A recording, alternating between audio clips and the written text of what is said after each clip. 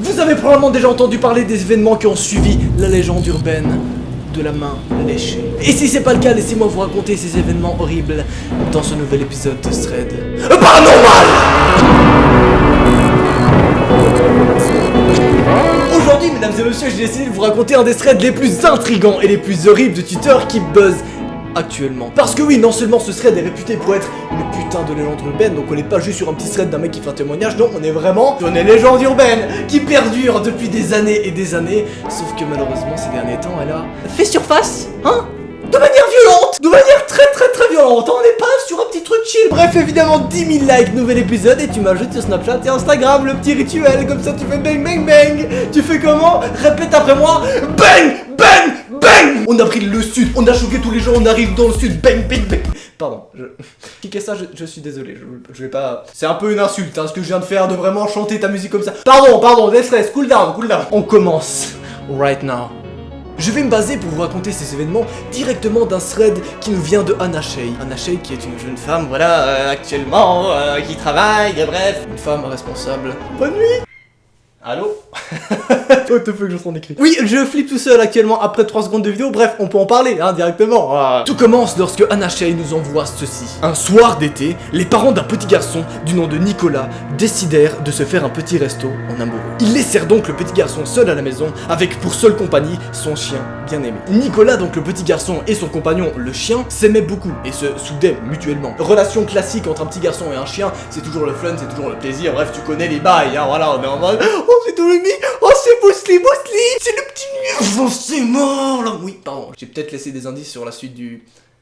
Non, je me tais. Pardon, je raconte la suite. Et chaque nuit, lorsque Nicolas allait au lit, le chien lui léchait la main pour lui dire qu'il était bien là pour lui protéger et que tout allait bien. Jusque-là, c'est clairement chou. On a une petite histoire d'amour entre un chien et un petit garçon, sans sous-entendu, évidemment, hein, La police, restez chez vous, tranquille.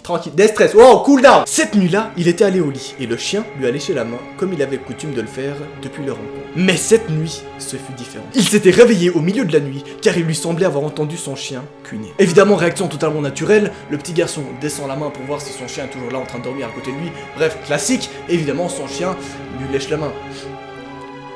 Je continue.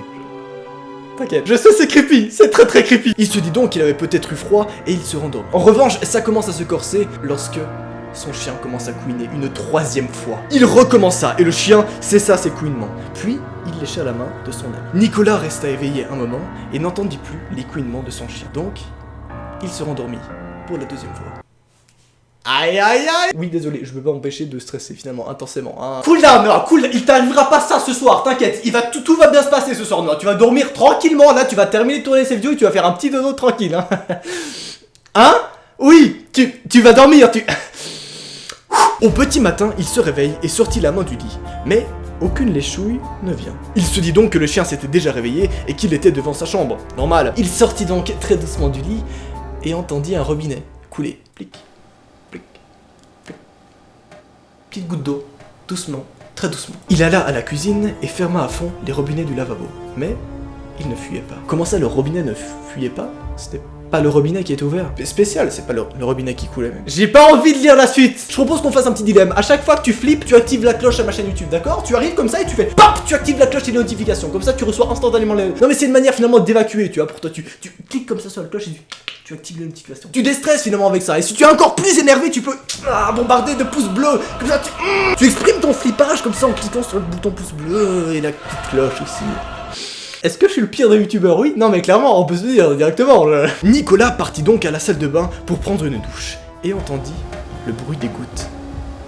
Plus fort. Là, tranquille, évidemment, le bruit vient de la douche, pas de souci, tranquille, c'est juste la douche qui fuite, ça arrive. Il se tourna vers la baignoire et hurla. Ici, pendu par la queue, son bien-aimé compagnon, le chien, était suspendu. Son sang coulait, goutte à goutte, dans la baignoire.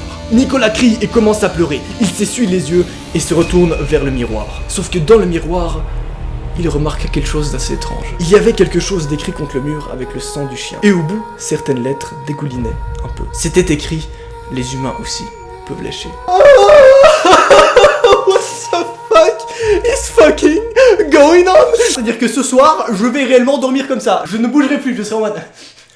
Vous voulais avoir mon avis? Très bien, alors assieds-toi tranquillement, évidemment place à mon analyse.